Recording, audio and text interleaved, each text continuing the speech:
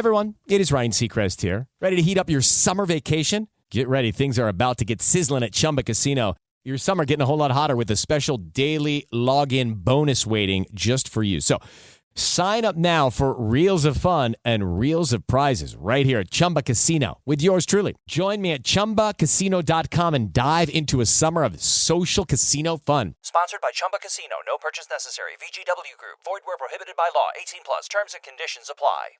Welcome to the Man Cave Podcast with Dan Casper. It is time for our Outdoor Tidbits with Mr. Jake Bolks, Conservation Warden for the great state of Wisconsin. Jake, how you doing this morning, bud? I'm doing good. That a boy. Another nice, sunny morning. It seems like Thursday mornings seem to be pretty good mornings.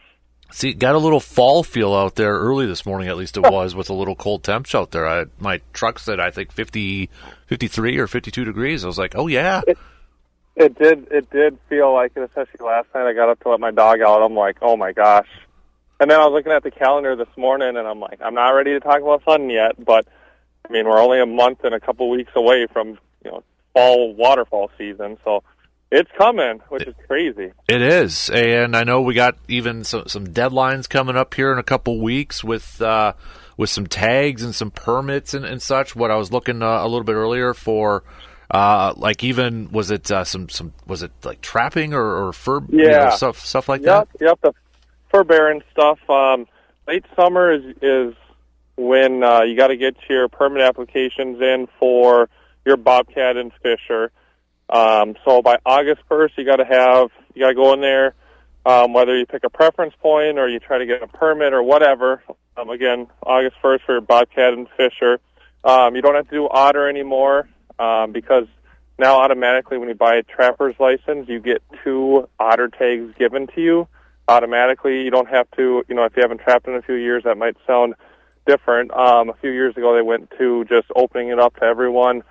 You buy a trapper's license, you get 2 otter tags, and they're good for anywhere in the state. So you don't have to put any permits or drawings in for that. Okay, and then I know it's about a little less than a month away, but maybe just something to put in the minds of everybody for antlerless deer tags coming up, because those will start to go on sale August 12th through the rest of that week there too. And obviously, depending on your county and such, the availability is gonna kind of be different all over. Yeah, no, that's really important. So I'm glad you brought it up. So the antlerless, that week of bonus antlerless tags, that's obviously important, because if you need them or want them, that's the best time to get them. So we got the permit drawings at the beginning, or the deadlines, and then the bonus antlerless tags. But 2 other things with that is, if you bought your patron's license at the beginning of the year, about that same time, you're really going to want to make sure, even if you don't want to get any bonus antlerless harvest authorizations or tags, you need to go back in and make sure you select your doe tags. Say you're going to hunt Eau Claire County, you automatically get tags, free farmland tags with it. So you need to go in there and pick them before you go out hunting during the deer season, shoot a doe, and then realize you never selected them. Because technically, even though you're allotted them, if you don't select them, when you get checked by a game warden, they're not going to show up as having the appropriate licenses or permits. Good. So I'm sure to go back and take care of that before you go hunting. Right, absolutely. So even though it's got a little bit of time, a couple weeks here, a month, that might want to start putting those little reminders on your cell phone. It just seems like more and more, and no fault to anyone, but it seems like more and more people seem to be forgetting to go back and select those antlerless tags, or some people buy a fishing license and a gun deer license in the spring, and then when they go archery hunting, they think they can't remember if they bought it, and some people forget to check. So it's really important this time of year to, just like before the boating season starts, the ATV season, spring turkey, before that starts in the spring, fall's coming, you want to start getting your fall hunting stuff ready, make sure you have all of the licenses that you're going to need this year. And when you go in there to do your bobcat or whatever, or get your deer stuff, you can also at the same time select your 2025 turkey stuff. So it might behoove you just to go in there and select your bear permit, your bear drawings, or your bear permits for next year at the same time. If you get it done early, then you don't have to worry about forgetting to do it when the deadline comes. Mm-hmm. Jake, just kind of I guess more of an opinion question. You know, with a lot of the rain that we've gotten so far this year, have you heard anything from like fishermen? Has it affected, you know, the fishing season? Is it still kind of a, you know, guys, gals having any luck out there? Because I've had a few people tell me too that, you know, fishing, you know, they're maybe struggling a little bit and they're kind of wondering if it's the water levels being really high right now. Yeah, and I got a train going by me, so I might get loud for a second. Okay. But I apologize. The longest born ever. So it definitely is, depending where you're on at the state. So there's people catching fish. I saw some people out on Lake Winnebago last night flapping the walleye around. That's not obviously around here, but I got some pictures of some friends out catching walleye out there. And I know people have been catching perch and different panfish around here for sure. I know there are a lot of walleye in Lake Altoona and Lake Wissota. It sounds like a lot of them are just in that undersized area, like if you want to keep them home, but you can go out and catch a ton of fish. Now, if you ask the Mississippi rivermen, that might be the Mississippi River fishermen, that might be a different story because that water's been so flooded over the 4th they closed the boat launches. They basically closed the river down to all traffic. So I know the fishing down there, if you can get out there with that high water and how murky it is, it's probably a whole nother story. Mm-hmm. I did get out on the Chippewa last week, and I was checking fishermen, and they weren't doing as well. However, when I pulled up to them, they both caught, the two guys I was checking both had a smallmouth bass. They were reeling in, so whether it was the warden's luck showing up to them or they were getting into them more than they wanted to share, they said they hadn't caught as many fish as they were hoping, but they were still catching fish, and it was still a beautiful day to be out. Yeah, no doubt. So, hey, back to hunting here quick, Jake. I know maybe a couple months yet here too, but like, when can bear hunters, can they always start to train dogs? Is there a certain time where they can, get those practice times in, or what's the dates for something like that? Yeah, so they can run or like train dogs right now. April 15th is when you can start baiting and stuff. Basically, when the turkey season starts, you can start baiting bear. The hound training season starts a little bit later after that. But basically, if you just think about, Memorial Day up into the season, it's free game for training and baiting and everything like that for bear hunters and hounders and such. So they've definitely been out and about getting ready.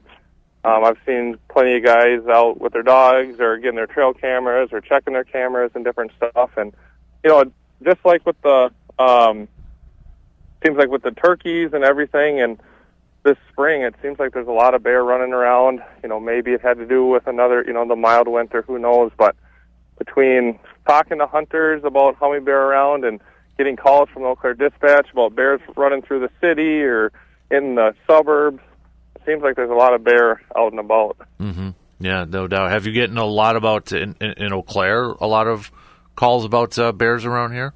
We've got a few more than usual. I mean, every year I seem to get a call or two. I think this year they had one on the news and stuff. I think we talked about it. I was running along Water Street and such, but there's always a few that kind of like to hang out in that Altoona area, Seymour, kind of the north side, and go running through people's yards and steal some bird feeders here and there. So, plenty. It seems like there's plenty of animals around this year. Yeah. And maybe the fish are a little bit harder too, depending on the water and where you're at. But man, with that mild winter and a mild spring and a lot of water this year, there's a lot of vegetation, there's a lot of food, there's a lot of growth opportunity for all these animals. Mm-hmm. Bob, are you having any bear problems since you feed and bait? I quit doing that. Just want to keep you I'll safe. probably walk back there. There's a pile of donuts. No. On the advice of my local resident DNR agent, quit doing that.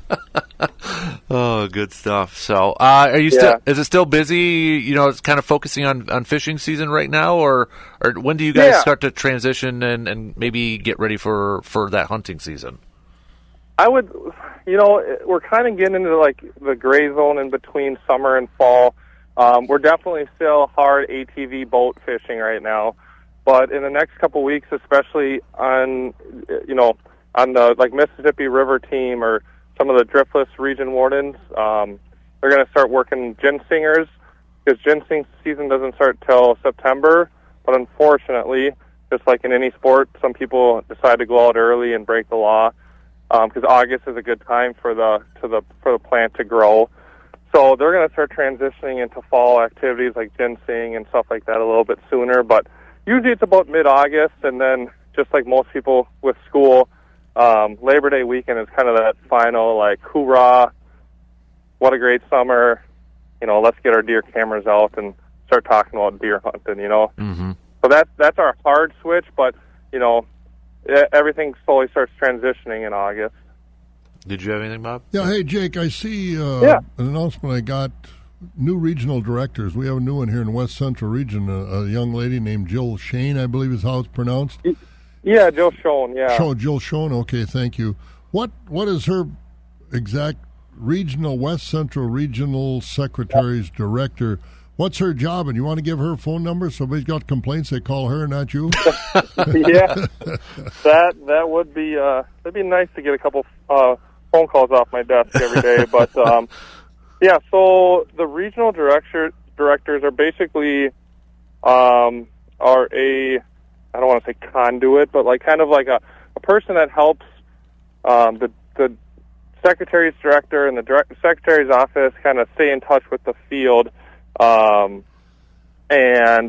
know what's going on and kind of relay the information from like the DNR leadership up at the very, very top down to find out what's going out in the field and stuff like that. So she's a really good resource and person to talk with that just kind of knows what's going on in the DNR and specifically the West Central region. So what's going on in this region, what's going on in the field, and how she can help represent what the hard work all the field staff are doing in all the different divisions, not just law enforcement or fisheries or wildlife, but all of the divisions, and then bring that up to the secretary's office to show them our good work as well as if they have information and stuff, share it back down with us and how it's going up there. So, hey, quick question. I watch on TV, they got, Texas, you see some of the game wardens out. They got their own TV show and places like that. How come, what would it take to do that around here? And more violators, probably. Well, yeah. So we got to encourage more violators. But they get... right. Have they ever talked about doing anything with you guys in Wisconsin? So back when those shows were hot and heavy, probably about 10 years ago, they did. From my understanding, I was a new warden at the time, so I was hearing stuff through the rumor mill and this and that. But from my understanding, they did reach out to Wisconsin, whatever show, whatever agency, reached out to Wisconsin to try to duplicate Northwood's law. And then I think after that they ended up in Texas and some southern states. But before those shows, I think they were trying to get into Wisconsin. And the whole, again, this is what I heard, so that, speculation, hearsay, whatever, so I'm not 100% sure. But what was told to me is that, and it makes sense, is that our trespassing laws are so, I guess, strict in Wisconsin that it would basically have made it, not impossible to shoot the show, but it would have made it a lot less interesting and hard because in some states, if you're, a state employee like myself, state police, whatever, you can, as long as someone's with you, you can like take them with you on private property and stuff like that. Or like in Minnesota, you can just walk on private property unless it's posted. So you don't need to get permission or stuff like that. Versus in Wisconsin, every single person, whether it's posted or not, has to have consent from the landowner to go on a property unless it's posted open or something like that. Law enforcement has a little different role because of state laws that allow it, for safety and resources and different investigation reasons. But because of all those reasons, I think they're like, we'd love to do it here, but we just can't do it. It just won't work. Mm-hmm. Good question. I like that. Good insight. So I like to watch. I know. Everyone was kind of excited for a bit because we all thought maybe we'd be on TV and we'd be doing this and that, and but it sounds like just the trespassing laws and some other logistics just made it pretty difficult. Instead, you got to settle with us. So Instead, I guess Louisiana fighting alligators and Texas and shooting. Texas gun laws are different too. I mean, they travel with open-sighted guns and hanging on the rack and everything else. But I just wondered why Wisconsin never did, because they're fun. They're interesting shows to watch. Mm-hmm. Yep. Yeah, no, it's a whole different world, and that's why we've talked about it many times. Like people ask, well, should I, what do I do in this state, or can I bring this, or can I do that? And I can give my best advice and experience, but at the end of the day, every state, even going over to Minnesota, which is right next to us, there's laws are so different and stuff that you really got to check in with where you're going. But yeah, it would have been really cool. I mean, Wisconsin's got a lot of really cool resources to show off.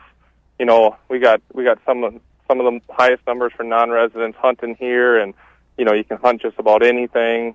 It's a lot. There's some states that there's more opportunity, and there's a lot of states that have a lot less than what we have. So It would have been cool to show it off. Absolutely. Well said. Hey, Jake, we appreciate the time as always, buddy. Be safe out there, and let's catch up again next week, okay? Yeah, that sounds great. All right, there we go. Jake, thanks for having me, guys. You got her. Jake Bolks, Conservation Warden for the state of Wisconsin. It is Ryan here, and I have a question for you. What do you do when you win?